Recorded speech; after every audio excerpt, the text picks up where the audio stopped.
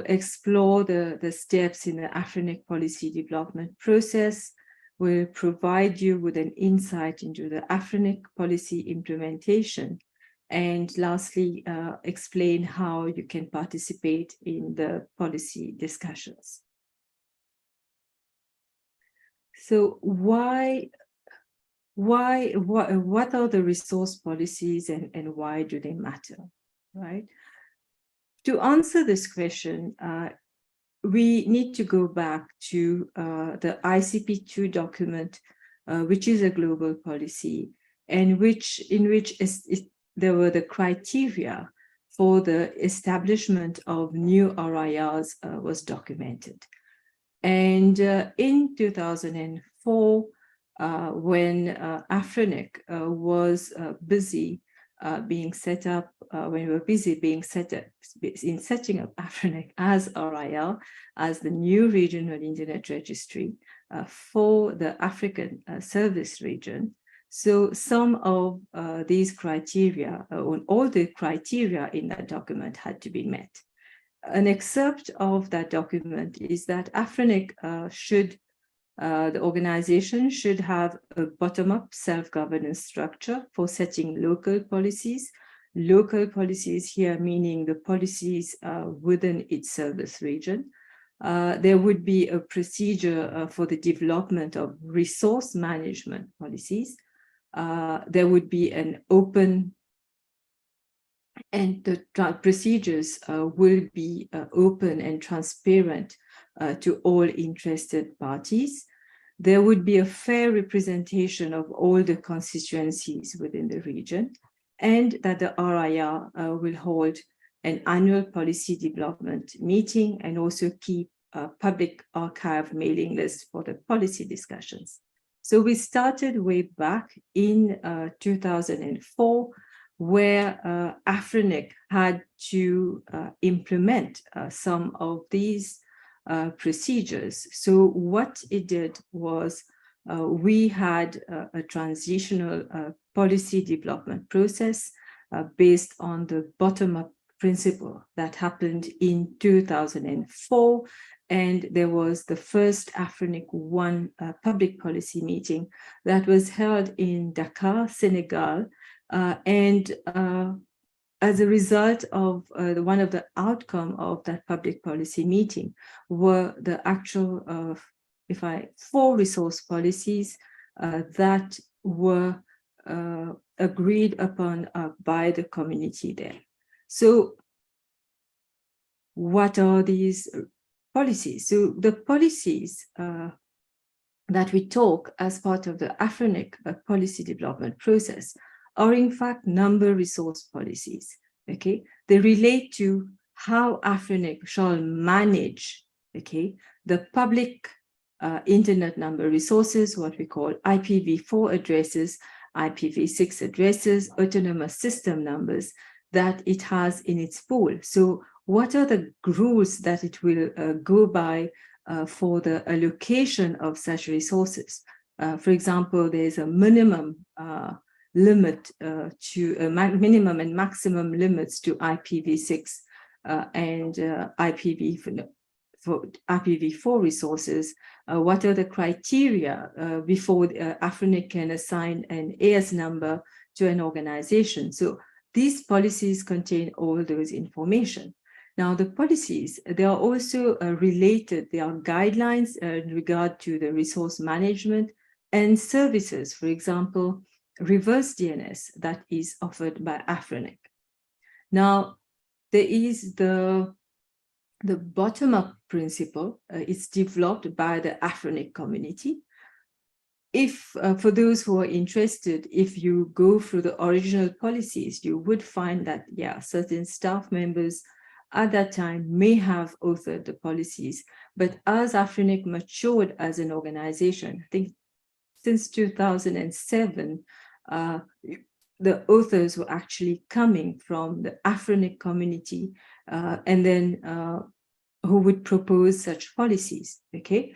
There was a policy development process that also evolved over time, but each time a resource policy would have to go through this AFRINIC policy development process. We'll talk about the steps later on. Before they have to reach consensus within the community before they are sent to the AFRINIC board for ratification, okay? And then afterwards, implementation would happen. So these resource policies, they are written in English, and they are, like I said, they contain certain rules, that are applicable to organizations who usually operate networks and are the resource members of AFRINIC. Now, being resource members means that they already qualified to be a resource member according to the definition of a resource member in the AFRINIC bylaws, and also could comply with the policies available at the time of them submitting their requests, okay, and got resources delegated to them, right? So any new policy that come in will have or may have, depending on what the policy contains, right, will be applicable to these organizations who are already resource members. Now, for those organizations who are not yet resource members and they can qualify to be a resource member as per the definition in the AFRINIC bylaw, they would be willing to sign the registration service agreement with AFRINIC as well. And when they submit their resource request, what AFRINIC staff would do is look at their request, look at the policy that is applicable for that request, and evaluate the request before they approve, or they may reject the request as well, but it in alignment with the policy, with the implemented policy.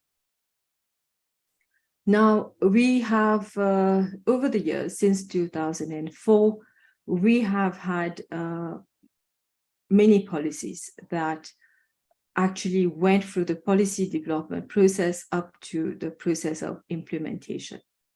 So those that were still valid were consolidated in a manual, what we call a consolidated policy manual. And there was a bit of restructuring that was done. Basically, we have the policy development process itself is a section there. And we have a section for IPv4, IPv6, ASNs, and then the other services or new policies that englobe, that are basically that add on to how AFRINIC shall manage their resources. So it is all in the consolidated policy manual. Our members don't have, or any interested organization doesn't have to go read multiple documents. They go through one document. It's available on the website. You can search for the consolidated policy manual there. Now, since we went live with the policy manual about 8 years ago in 2014, that's when the first draft was submitted to the community. There have been some evolutions in the policies that are contained in that manual.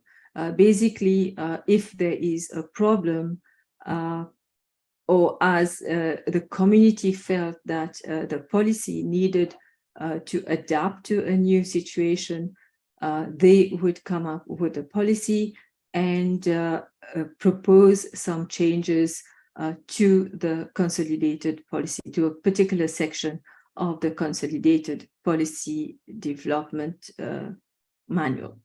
So there are some steps that we have summarized in this webinar regarding the policy development. Now, that the policy development process, which is a policy on its own at AFRINIC, that was what the community agreed, that it will be a policy on its own. So it is documented in section 3 of the consolidated policy manual. Okay. Just to give you a historical update regarding its development, right? In 2004, it was a transitional process, okay, that was put forward to the community, but then it was updated in 2007 because that's AFRINIC was got accredited in 2005 to operate as an RIR. So that's when, in 2007, members of the community proposed an update. Okay, so we had more like a formalized policy development process. And based on the experience, another member from the community, from the AFRINIC community, proposed an update in 2010. And that is the version of the policy development process that we've been using, that we have implemented and we've been using since 2010 until now. There have been some new policies that were proposed to make some changes to the policy development process, but they did not go through the whole setup. So they were never, they did not go until the final step of being sent to the board for ratification. So we have to stress the policy development process follows the bottom-up principle. It's a bottom-up, meaning the community would come up with the policies and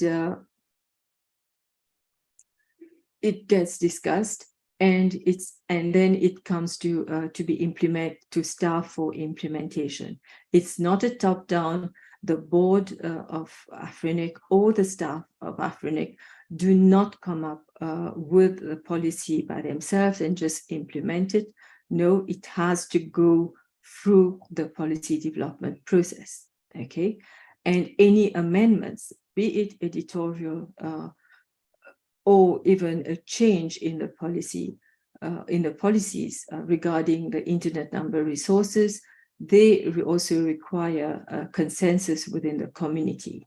And this applies to the policy development process as well, which is a policy on its own, and it cannot change, all right, without consensus being reached on the changes within the community and the AFRINIC board ratifying it.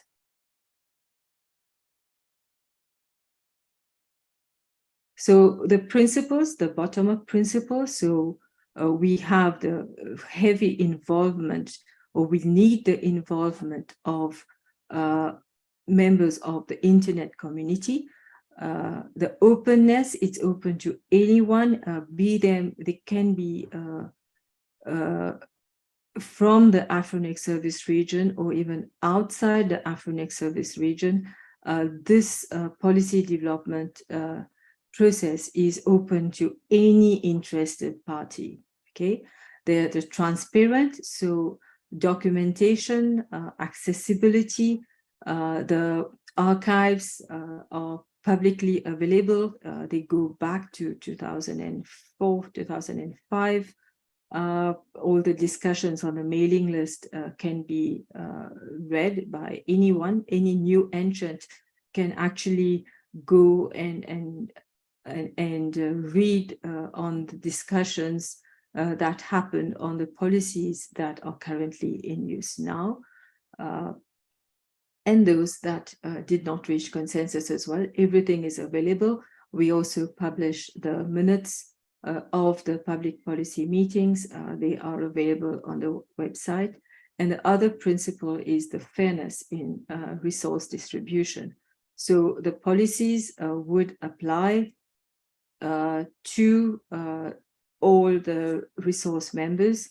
Of course, the community felt that there would be a distinction between end users, organizations that use IP addresses on their own internal network, and those organizations, ISPs, which we also call local internet registries, LIRs, that like mobile operators, who would actually use these IPs, the public IPs, to service their customers. All right, so there is a differentiation in the guiding principles of how we manage or how we delegate resources to such organizations.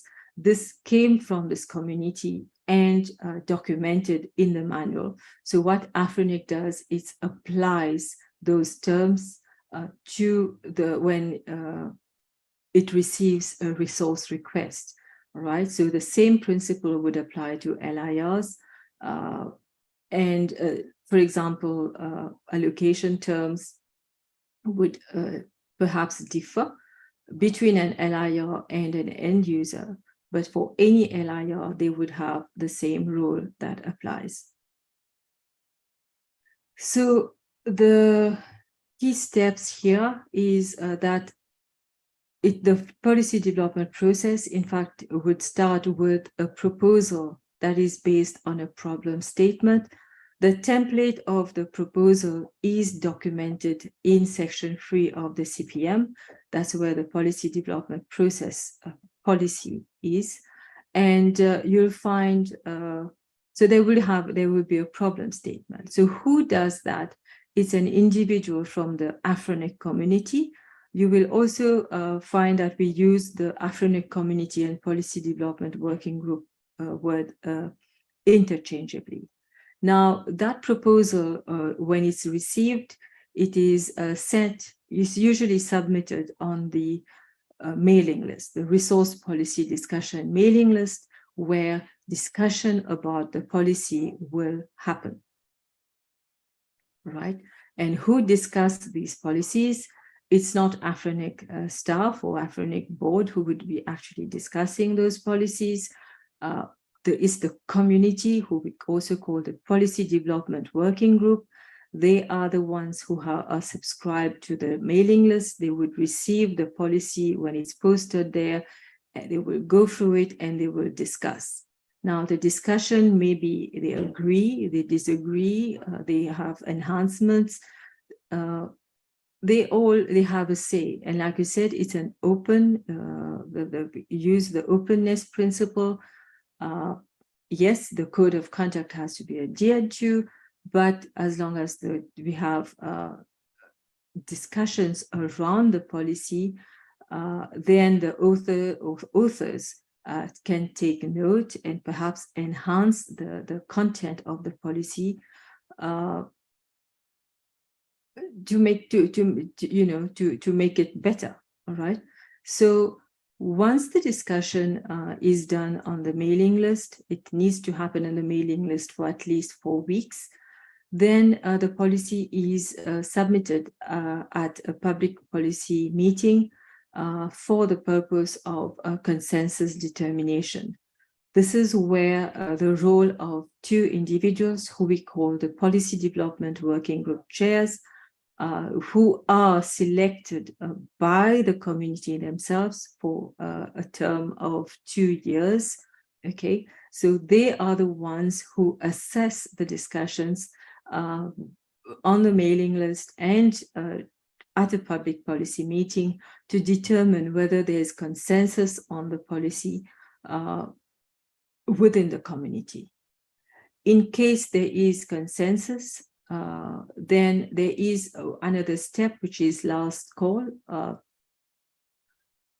for a last call for comments, etc., from the community. Okay, and at the end of that last call period, if they still maintain consensus, then they submit, the PDWG chairs will submit their report to the AFRINIC board. We call it a ratification report, in which they recommend the AFRINIC board to ratify the said proposal. Now, the AFRINIC board will consider that report and make their decision known whether they have ratified or not. Once, and in case they have ratified, which happens most of the time, the proposal is submitted to AFRINIC staff for the implementation. Once implementation is completed, the proposal is incorporated in the policy manual so that the they can be applied to the resource members and also the future resource members, who is also called the new members or prospective members. I will now hand over to Darwin, who will take you through the next slides. It's in regard to the Policy Development Working Group and the rough consensus or consensus that terms that we use. He will describe it further. Thank you. Thank you, Madhvi. Do you allow me to share my screen? Yeah. Over to you. Yes, thank you.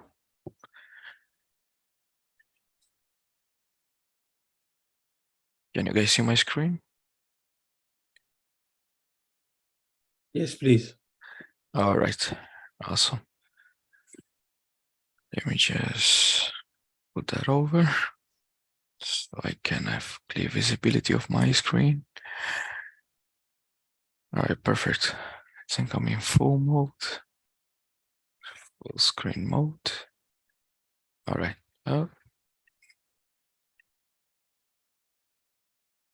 All right, nice. Thanks a lot, Madhvi, to take us through the key steps of the process itself. It's important to mention that during this webinar. And one of the main reasons we organize this webinar is also to have all of the stakeholders, all the resource members with us, and to brief you guys through all of the steps we normally walk through when we are doing this work. So as Madhvi mentioned, normally the PDWG working group is managed by two co-chairs. That's me, Darwin Costa, and my colleague Vincent Gundi, who runs the entire process. So we do have a couple of building blocks within our process, whereby an author will have a policy proposal. The same policy proposal will be then discussed within the working group with agreements, merits, disadvantages, and announcements that this specific proposal might bring to the working group and to the community. Online discussions will take place on the RPD mailing list. So if you are not subscribed and you are attending this webinar, please do so. Do subscribe to the RPD mailing list so you can go through all the discussions that we are having or that we had in the past through the archives. Normally we do or have two PPMs, two public policy meetings in person, okay, whereby individuals might contribute in the capacity of behalf of their organizations or as individual resource members within the policy development working group. As said, me and Vincent and Gundi from Kenya are the ones currently the current co-chairs. And obviously we cannot do this all alone, and we do have the support from the PLT team, the Policy Liaison team, which is structured by Madhvi Gugol and Bryce Abba from AFRINIC. When it comes to the conflict resolution, and if there is any kind of conflict of resolution subject on table, in case of any kind of disagreement with one of our decisions as PDWG chairs, those can be discussed, obviously, but we also have mechanisms to appeal for a decision that we might have done, which might have been done properly or not, depending on your own interpretation. There is a mechanism where you can appeal for a policy proposal which has been sent out to rectification, or you can also recall the PDWG chairs. There is also a mechanism to that in case you are not satisfied with the work we are providing within the working group. Basically, the roles that we have on a daily basis are to moderate the RPD mailing list. And again, if you are not subscribed to that, please do so. We also the ones determining whether a policy proposal has or not reached consensus within the public policy meetings. We do initiate and terminate the final reviews of those proposals. We report afterwards the outcomes to the AFRINIC board, and we do publish the minutes together with support from the PLT team. We do publish the minutes of the public policy meetings which have been held into the AFRINIC website. How do we actually determine consensus on a policy proposal which has been submitted? As Madhav have said, there is a section out of the CPM, which is section 3.0, which clearly states the objective of the PDP, which is to provide ample opportunity for participation and comments by all the interested parties. We do establish widespread internet community consensus, and also important to know is that there is the section 3.4.2, again out of the CPM, whereby we as the chairs determine whether a policy proposal has reached broad consensus has been achieved during the public policy meetings, right? So during the 2 years meetings which are hosted in random countries, we do normally announce whether a policy proposal has reached consensus or not. But obviously, a policy can only reach consensus if this same policy has been stressed out and deeply discussed on the working group mailing list, on the RPD mailing list, right? The bases that we use are obviously very well-known bases, which is one RFS 7282, which is also which is based on consensus and aiming in the ITF. This RFC developed for the ITF, an environment similar to ours within the African region, provides a guide to how to build and determine consensus for policy proposals. When it comes to the moderation of the policy proposal itself, we do identify objections and contentious issues regarding the policy proposal. We do track them. We track the open issues yet to be addressed by the authors and participants, and we also, most importantly, we try to notify them once there is enough feedback from the community on a proposal itself. It might be the case, we all already had that, where authors might have forgotten to cover objections or contentions which has been raised by individuals within the working group, and we try to remind them always to please clarify those points. On building consensus, there are areas of contentions, right? We do encourage participants to focus and seek consensus on such areas and ensure that the concerns raised through the AFRINIC impact assessment are addressed. I just want to elaborate more on the last point, which is we do not only track points which have been raised on the working group. Yes, we do track them because it's very important, but we also have this impact assessment to back us up and to give us more insights whether policy proposal might be or not implemented and what the consequences might be if this same policy proposal will go through ratification. We do have a few important points on building and determining consensus as well. It is a process, right?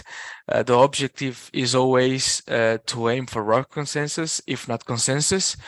Raw consensus is not built determined through a voting mechanism. That's a very important point out of these slides. We will receive a lot of yes, no's. We agree or we disagree on a policy proposal, but for us, it's not really the volume of the yes, of the no that it counts, but it's more whether there is a fundamental feedbacks or issues on a specific policy proposal. We look and seek consensus through the process for each contentious issues. No voting mechanisms, again, applied at any point in time to avoid any voting stuffing. 100 people for and 5 people against might not be worth consensus if a minority of participants have a valid objection. That objection must be dealt with before consensus can be declared.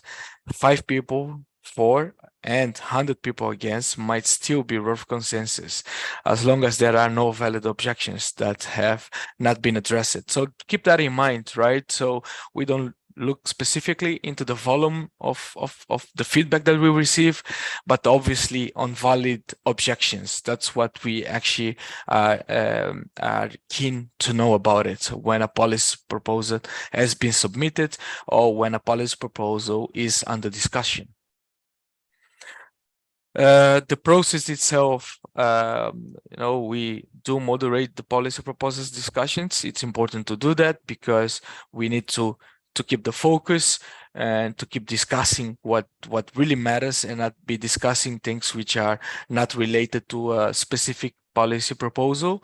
Also important to mention that all of the policy proposals are within or uploaded within the AFRINIC website, so you really can see it, the entire process, and whether policy proposal has been expired or ratified or not. On that moderation process, we do identify objection, contentious issues. We track the open issues, as I have said. On building consensus, we do encourage people to focus and seek solutions to those issues, leverage an impact assessment to address the open issues. And while we look into determine consensus, we normally focus into ensure to all open issues have been addressed. And there, throughout the process, no voting, avoiding votings always on our side. And again, if there is enough feedback or enough fundamentals to cover what 5 people are saying instead of what 100 people are saying, then we look very critically into those cases to just make sure that all the issues have been covered and that a policy proposal can then be forward to ratification or not, right? If a policy proposal has not achieved enough fundamentals to proceed for ratification, then we send it back to the mailing list, to the RPD mailing list, to be further discussed and further stressed out by the community or by the working group. I think those were my slides, and I will pass the word to my next colleague to take out.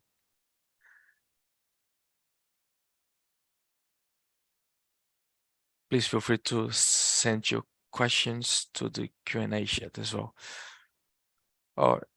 This still mine's, apologies. So I still have one more slide, which is related to the public policy meeting, the PPM, as it is called. Normally we do organize 2 events on a yearly basis to discuss obviously the policy proposals which have been stressed on the RPD mailing list. The authors will present then physically their proposals. The AFRINIC staff, which is the PLT team, composed by Madhvi Guko and by Bryce Haba. They will then present also the impact assessment. The PDWG members in attendance will discuss the proposals, and then the outcome will be then declared by the co-chairs, me and my colleague Vincent Gundi, whether policy proposal has reached consensus or it needs to be further discussed within the mailing list. So that's what we actually do during the PPMs, right? If you never attended one, this is what you can expect. If you already attended one, then you will know exactly how the process goes. And thank you very much for attending this webinar. And again, please do post your questions in the chat and we will be here to answer your questions if any. Thank you very much for that.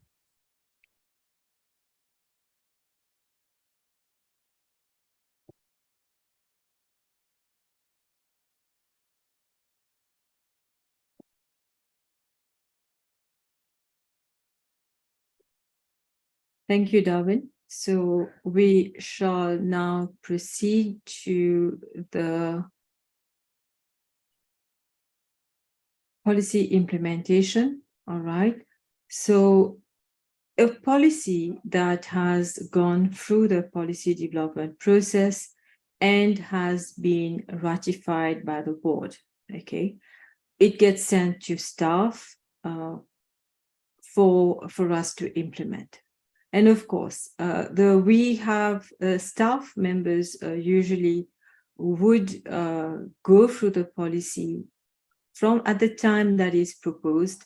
We will keep track of the changes that are brought to the policy statement. And then sometimes if there are significant changes, then the impact assessment, which is prepared before the public policy meeting. So we'll also update the impact assessment of that policy.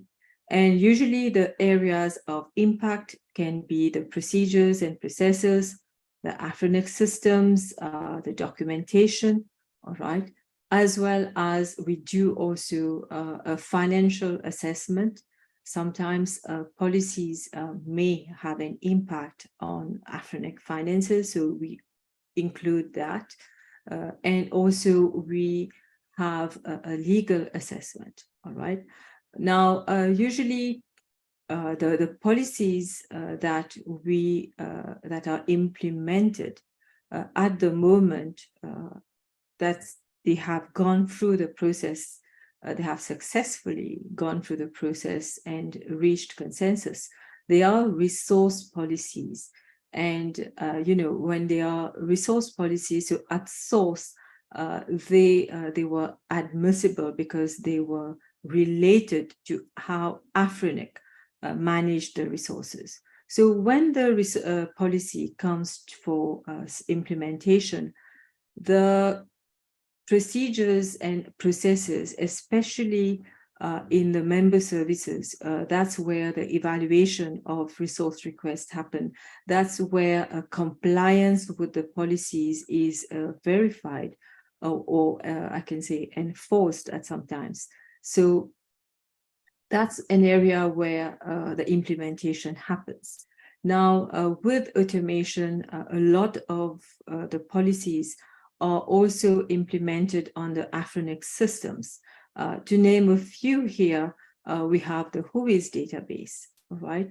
So the allocation size restrictions are also implemented on the WHOIS database, especially to prevent staff from wrongly implementing the policy, especially due to human error or fat fingers or things like that. So the WHOIS database, the WHOIS can be updated. In some cases, the MyAfrinic, which is the member portal, and also we have a version of MyAfrinic, which is the host master portal. So those systems have to be updated. And then depending on the policy, we have a latest policy that is undergoing implementation at the moment. It's related to RPKI. So some changes or some implementation needs to be done on the RPKI systems as well. And of course, then the implementation also happens on the website, in the user manuals, in the FAQs that we produce to help the members to, because at some point in time, we will have them, we will refer them to the policies, not only in the manual, but the documentation helps them understand how the policies has been implemented, right? So once the implementation is concluded, it applies to all the resource members and also organizations requesting for resources. A simple example, in 2010, an organization could request for, let's say, 4,096 IP addresses in the first application. Today, they cannot ask for that much. The maximum that they can ask for is 1,024 addresses, a /22 as we call it. Why? That's because there has been a change in the policy. So once the policy has been implemented, right, then those changes start becoming applicable to the resource members and any new organization who is just starting business and they need resources, those policies would apply to them. And of course, since we use our systems extensively, any compliance, any non-compliance may also be notified to the members. It can be from our systems itself, or it can also be from AFRINIC staff who, if they've detected a non-compliance, that's where a policy non-compliance, that's when they will reach out to the members and explain to them what they have observed and how they can address the non-compliance, all right? And also the members, our members use our systems extensively, the AFRINIC, the WHOIS. So once we've implemented a policy, they may experience a change in behavior when they are using the systems, right? There are timelines for the implementation of policies in the policy development process. It has happened that we had to ask for an extension, all right? But then during the impact assessment of the proposal, we do assess the amount of time that a policy may require for implementation. There are limited resources in-house sometimes, or the resources may be held in other projects. So at the time of ratification, we may feel that there is more time is required. So we try and inform the community in advance at the time that we publish the impact assessment. And of course, while implementing these policies, while using these policies to evaluate resource requests, we do come across certain issues, especially the hostmaster team, when they come across certain issues that affect AFRINIC, or they may also affect the resource members, they come out and publish a policy implementation experience report, which is part of the agenda of the public policy meeting, all right? And these are where the community gets to know about possibly certain problem areas that they can take up in future policy proposals and where they can help address those problems or enhance the policies around these resources, okay, so that they are not problematic, all right? So, and these policy implementation experience reports are also published on the AFRINIC website.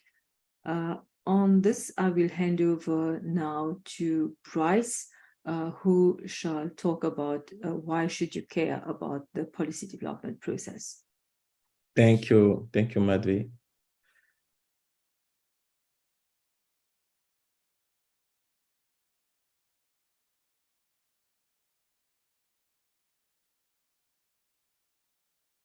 Trying to share my screen.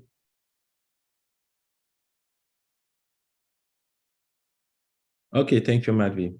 So for those who are not familiar with this ecosystem, they may have the question, why should I care? And this is what I'm going to take you through now. Internet is the interconnection of networks, and we have behind a given network many devices, and those devices have to be also identified on the internet with IP addresses, and the network have to be identified on the internet with the autonomous system numbers. And AFRINIC, as the Africa Regional Internet Registry, is the one managing those resources. So we have to know that without those resources, there is no internet. So this is the first why of what we are doing this. And before being part of this ecosystem, before knowing what this community is doing regarding those IP numbers that are used to connect devices and networks to the internet, you have to be part of this community. AFRINIC is working with its community over mailing lists. So we had a question related to how we work.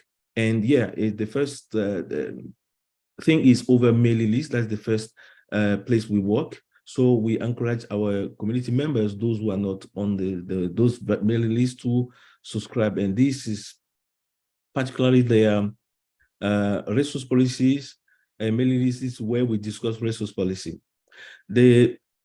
When you are on this mailing list, when you register to this mailing list, the first thing that you have to do is to go to the archive, because you have to know what were the discussions that were on those mailing lists before to be very active in this mailing list. You can review and discuss the policy proposal as well. When you have been through the archive, you can come and according to a given thread, you can also respond and contribute in the discussion. You also need to know how you should participate to the mailing list, how to participate to the discussions. And you should know that you have to, first of all, register, as I just said, and read the archive to be aware of the discussion, and also go to the process, how we propose, how we amend, how we push a policy to the consensus, and then a last call, and then to the board member to ratify. And we also have the opportunity. You have the opportunity here as well to contribute, to propose some change, to support a given policy, or to oppose a given policy. So in one word, those policies are rules that the community, as Madvi explained earlier, the community give to AFRINIC, to AFRINIC now to manage those resources for you. So as internet service provider, if you want to, for instance, for example, to have IP blocks today, you must go through, you must be policy compliant, you must follow the rules that are put in place by the community. Why it's important for you to participate? The first thing is the opportunity for you to also contribute. We had a clear example of one resource members that wanted to have more than 1,000 IP addresses, and unfortunately,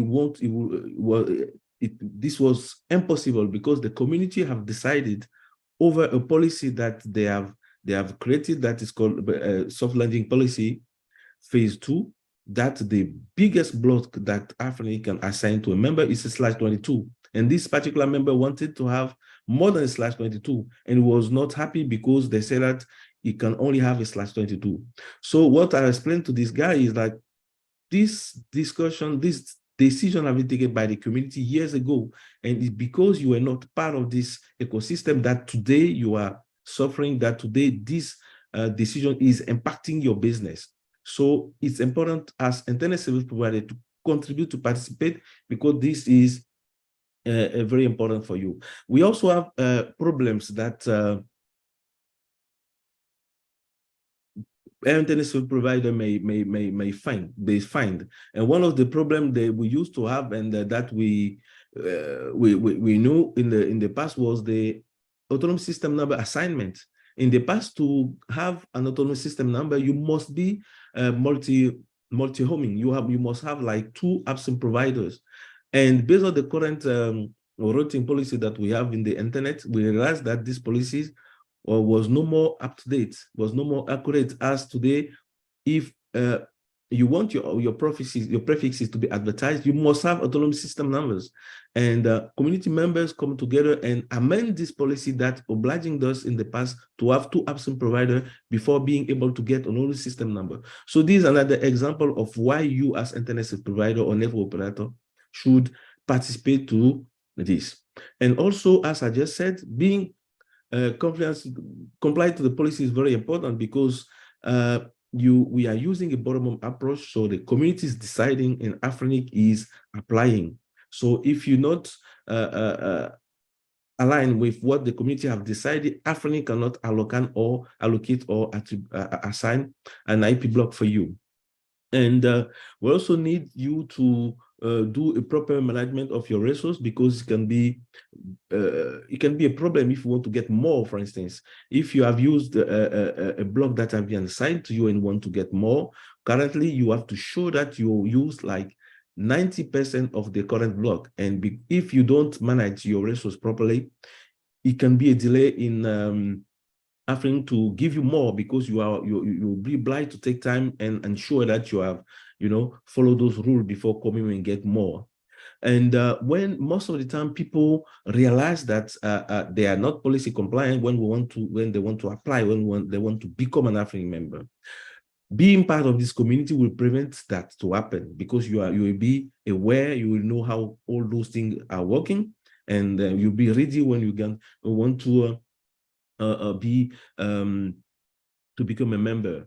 And the fact that you are in this community, the fact that you know the different policies that are being adopted and being implemented, you won't be surprised when you see a message sent by Hostmaster team for you to be compliant. So and most of the time it takes a lot of time for you to understand why you are receiving this message. It's because you are not part of this community, and you don't understand why you are receiving this message. It's very important for you to be part of the community to avoid all those points I just mentioned. The second aspect of this policy, this resource policy we are talking about, is our global policies. So regional policies are policies that are created for a given region. For instance, the African community will develop a policy for resources to manage resources in Africa only. But we are talking about global policies when a given policy is ratified into the 5-area region. And when it's happened, we are calling this a global policy. And this global policy is used by the PTI, which is the Public Technical Identifier, which is the organization that are running the IANA function, to manage those 5 areas. So it's very important that you also be aware of all those global policies, because as I just said, those policies will be used by the PTI to manage the 5 areas. We also put this link for more documentation. If you want to learn more about global policy and the Number Resource Organization, we invite you to connect to click on this link and to go through this webpage and see and read more about it. Regarding the regional policy, the AFRINIC regional policy, we currently have 4 policies that reached consensus. And the first one is African Number Resource Transfer Policy. So that the objective is to ensure that community members can receive resources out of Africa, and also can exchange resources among themselves in the Africa region. We have this is awaiting the board ratification. And we have the second policy is the LPKI ROA for unallocated and unassigned IP address space. So the idea is for AFRINIC to advertise the resource, the IP blocks that have not been assigned or not allocated to the members with AI0. And we have the abuse contact policy. Here as well, we have we got consensus on this abuse contact policy, and we are also waiting for ratification. We have policy compliance dashboards, where that's a policy where we also got consensus, and we are waiting for ratification. So it's basically a dashboard where each member will see the status of the resources, or if it's still policy compliant, so that it will react and be more proactive in managing its resources. So we are now at the end of the question, at the end of the presentation. So as I just said, internet is everything. Internet is everywhere today. And internet, we can't have internet without the IP numbers. We can't have internet without autonomous system numbers. So this is why it's very important for you as users to ensure that you know how AFRINIC community wants AFRINIC to manage those IP numbers for the entire community. So I will now give back the floor to Madvi for the poll, I think. Thank you. Yes, Comms team, can you please run the polls? There are 2 polls. Please take a couple of minutes to submit your answers to the poll questions, and then we'll move towards Q&A.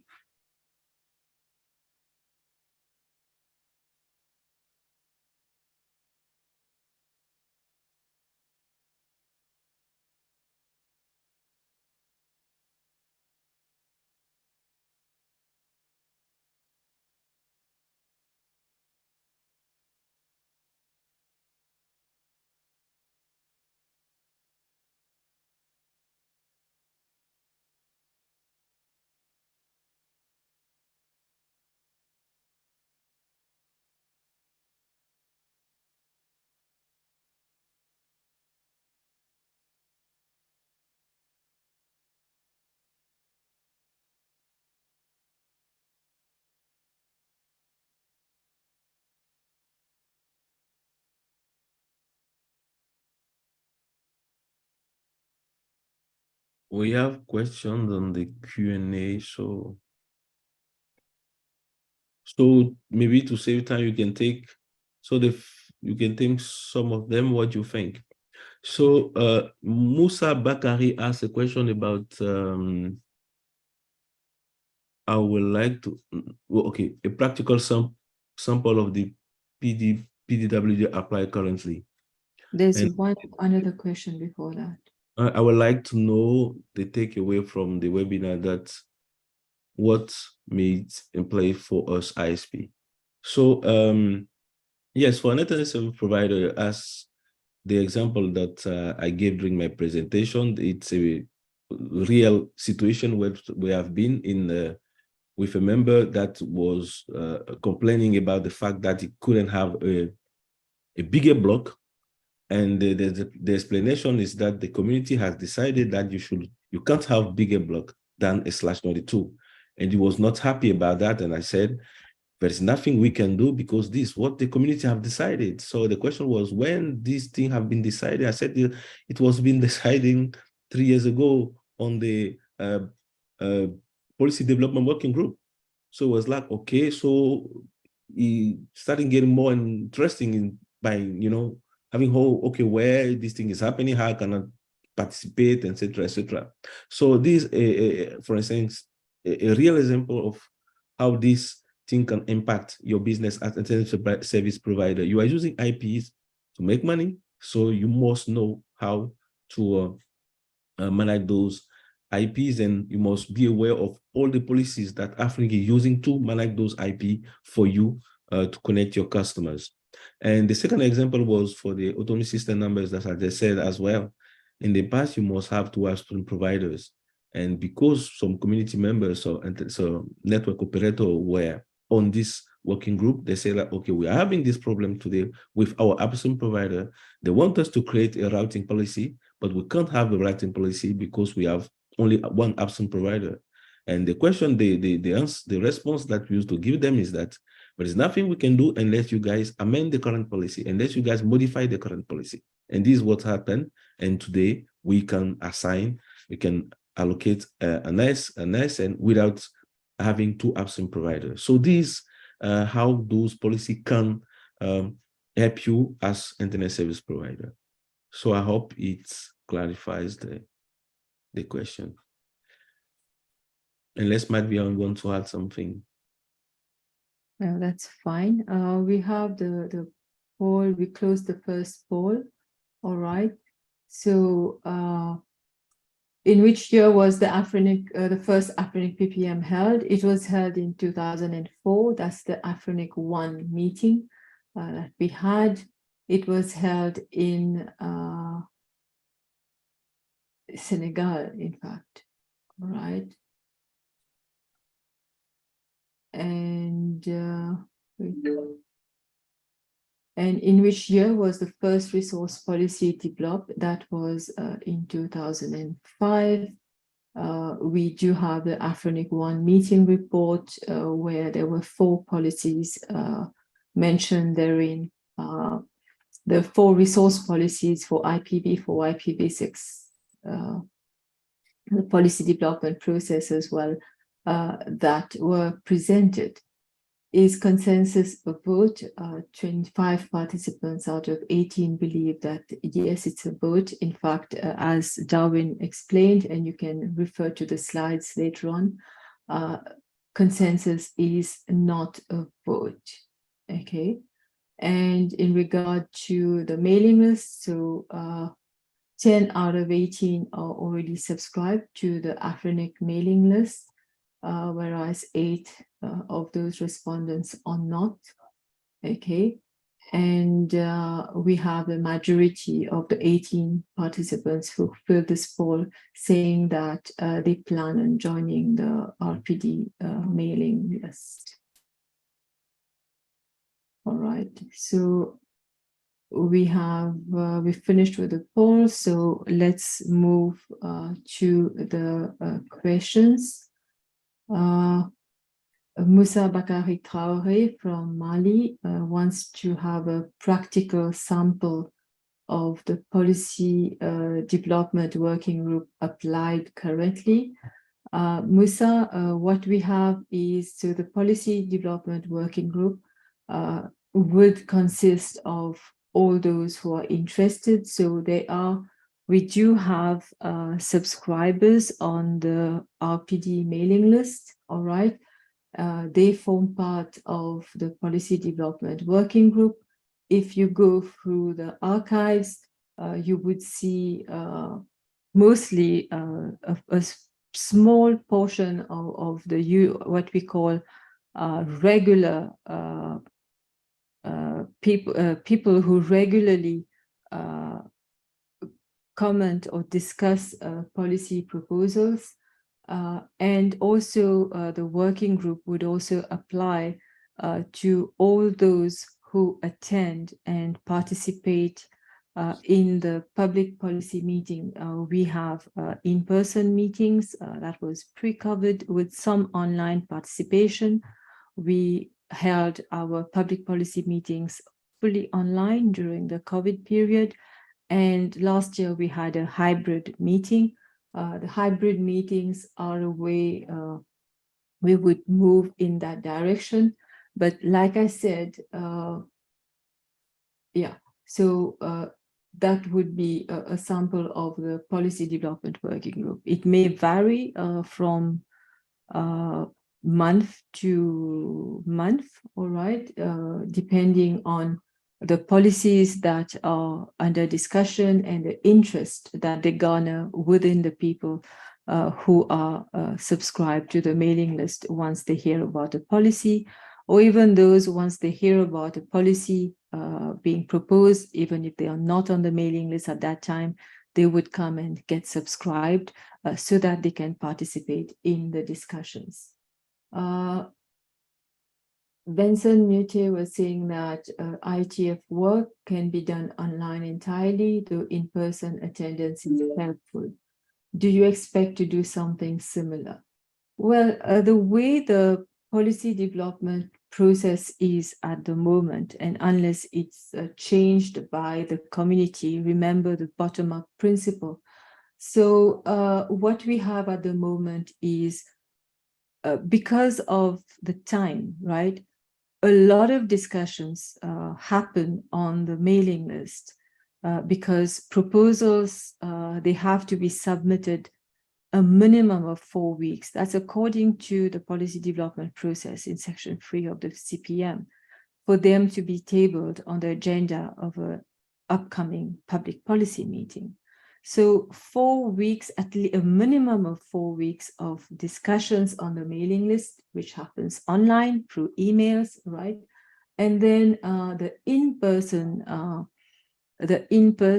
discussion would be perhaps an hour or slightly more if we do not have many policy proposals. The public policy meetings of AFRINIC usually last a maximum of 2 days, all right? And depending on the number of policy proposals, the PDWG chairs they would then allocate sufficient time to each proposal for discussion. So a lot of discussions, and we do encourage that the discussions happen online. Even during last call, it's all online. Mark Erkins has a question, so I think I'll answer that, and then you can take over, Bryce, for the other questions. Yes, Mark, okay, well, true. Mr. Traore from Mali, you have, Mark Erkins is in fact a practical example of the policy development working group.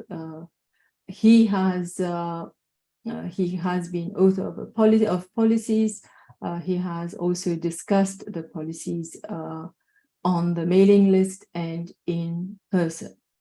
Yes, Mr. Erkins, we do not have a board at the moment to ratify any new policies, right? Yes, we do have a free policies waiting to be ratified. That's because AFRINIC does not have a curate board now.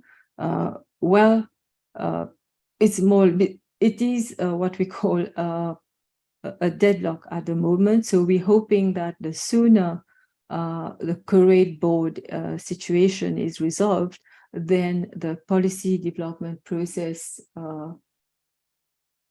can carry on, especially because the free policies that are awaiting ratification have to be implemented on the systems as well. So we, as well, as much as we can plan, but for it, but without a ratification, we cannot say the implementation can start, right? So that cannot happen. Right, is there a way around this to ratify policies? Well, it's in the CPM. Why we keep on saying that the policies have to be ratified by the board, that's the reality, because it's also mentioned in the consolidated policy manual, the section 3, which is the policy development process. So we, as staff, well, the implementation of that policy is we have to follow what's written in there. Okay. In regard to your second question, we can't push through a policy to rectify this catch-22, or can we? Well, this is a question that can be put forward to the AFRINIC community, discuss within that they can discuss this what I call the situation, the impact of this situation on the policy development process. So what does the process allow for? And are there any possibilities of updating that policy development process? So it's up to the community. Okay, we do encourage discussions. We believe, I personally believe that the community needs to discuss, okay, whether the policy development process as it is crafted at the moment, does it still work? Does it need some improvements? And come up with policy proposals. The situation, yes, it has existed for some months now, but we will see the light at the end of the tunnel. I mean, things would get back to normal at some point in time. So that's when we would have public policy meetings. We'll try and come back to the normal situation of holding our public policy meetings, etc. So that's when some changes to the current policies will also be tabled. All right. So, Bryce, would you like to take the other questions, or? Have you responded to the question 3? Yeah. So, well, Oh, it's prerogative. Yes. Yeah, the thing is, we implement policies that are ratified by the board, and the involvement, okay, the AFRINIC policy development process does not operate, you know, as a separate cell, you know. So the community comes up with the policies, okay. Yes, the community discuss the policies. The rough consensus is determined by the co-chairs. They see whether there's a consensus within the community regarding those policies. And those co-chairs also are selected by the community. But then it has to come to the AFRINIC board, okay, who's the responsible body for the organization. So once the board ratifies, then it's the role of staff to step in and start implementing the policy. Okay, so yes, we don't do it on purpose, but we just reflect what's in the book. CPM, what's in the section 3 of the CPM. I hope that you okay with our response, Mark. If you have any further questions, you may put them up. Thank you. Okay. Thank you, Madhvi. So we have a question from Frederick, saying that we had a delay and he didn't get the block that he requested. So I think that his request definitely fall under the soft landing policies too. That tells that the bigger block that we can allocate or assign is a /22. So even though you justify the need of /19, we can't allocate or assign this /19 that you need for your network, because the community have decided that when AFRINIC will be issuing IP from its /11, the biggest block is a /22. So this may be the reason why you didn't get the block that you expected. And you are in this situation because you are not in the AFRINIC community. Maybe you're not present. Maybe you're not present and you didn't see that the community have decided that the biggest block is a /22. So when we are in this situation, you tend to convince the staff that you need more, but the staff in the center tries to convince you that according to the current policy, you can't have more. Today, the IPs are not allocated per need basis, but we have to respect the current policy, that is the soft landing phase 2 assignment. So this is definitely why one of the reasons why you didn't get the block that you wanted to. If you Bryce, if you allow me to step in here. Yeah. So yes, so the limit, the policy is that each request, the maximum that AFRINIC can allow at the moment per request is a /22. So in case the organization, let's say they need a /20, more than a /22, that's 4 times more a /22. They need they submit their request for a /22, use them up to 90%, then come back and request for more. Why I'm saying that they can come back and request for more, because it is in the policy. All right, but at one time, the one go, that request of 4,000 IPs, the /20 cannot be approved, because the policy clearly says the maximum that can be allocated is a /22.